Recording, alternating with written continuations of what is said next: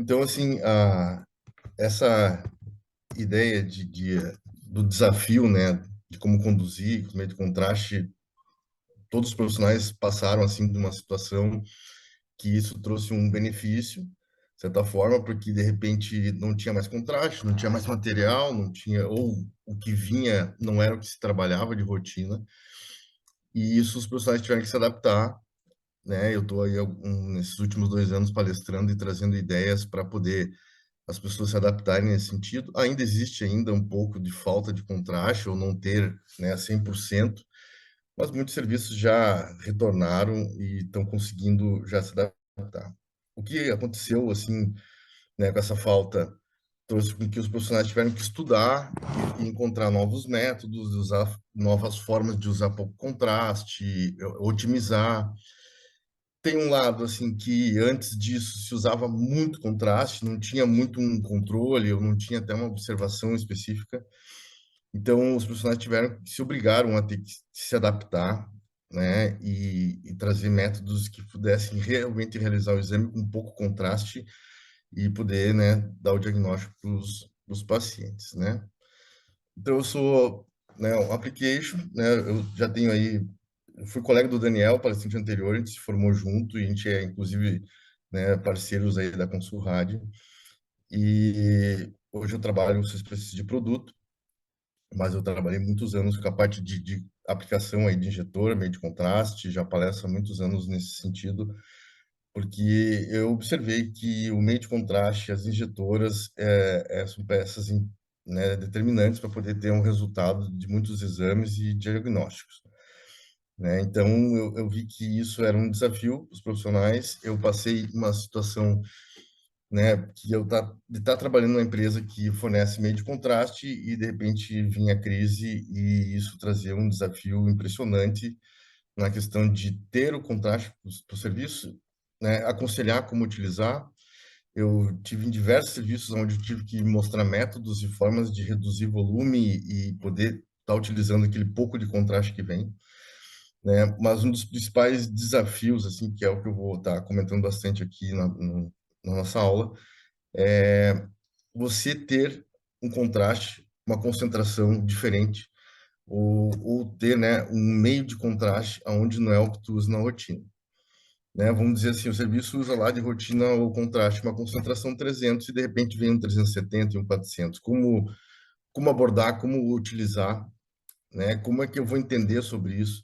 Ou vice-versa, o serviço trabalha lá com 400, 370 e vem um 300 para estar utilizando, né? Então, essa adaptação que todos tiveram que ter foi, de certa forma, muito difícil, né? Muitos serviços, né, sofreram bastante, mas com certeza os serviços que têm os profissionais que estão sempre em busca do conhecimento, estão sempre se adaptando às situações e que às vezes consegue até sair da rotina do protocolo para poder se adaptar àquele tipo de paciente, esses conseguiram se adaptar tranquilamente, né? Os profissionais que não que trabalham numa rotina onde não tem esse tipo de experiência de troca de concentração, teve um pouquinho de dificuldade, mas todos tiveram que se adaptar, principalmente por questões de pouco contraste e questões financeiras, né? Muitos serviços que eu estava trabalhando, por exemplo, que eu entregava 300, eu tive que entregar o 400. Então, assim, o 400, né, é totalmente outro tipo de contraste, de concentração diferente, o valor também muito alto. Então, eu teria que compensar nesse sentido de você estar adquirindo um contraste de uma maior concentração ou com um valor maior, né, e que pudesse ser viável para o serviço, né? Porque a questão financeira, né, mesmo que tivesse pouco contraste, o que viesse estava valendo, também tinha que levar em consideração a questão de investimento, que aumentou muito o valor do meio de contraste, e isso afetou diretamente, né, os ganhos das instituições. Então, os profissionais tiveram que se adaptar incrivelmente para aquilo ali, para que pudesse ser viável ou que não fechasse o serviço por questões financeiras também, né? Então, esses aqui são as principais concentrações que a gente tem no mercado nacional, né? O 270, 320 é o Isis Molar, né? O Visipac lá da GE, e daí o 300 nós temos nos 4 empresas principais, né, do mercado, 350 a GE Gerber, né? O 370 Braco e Bayer, e o 400 somente a Braco. Então, essas são as principais empresas. Aconteceu aí nessa crise aí de aparecer outras marcas, vindo de outros países, mas nada isso é aprovado pela Anvisa ou aprovado no Brasil. Então, a gente ainda mantém essas empresas e essas concentrações como via de regra de mercado no Brasil, né? A gente teve problemas com a HB, teve problemas com a GE, de falta, então isso afetou mundialmente. Então todo mundo teve que ir se adaptando.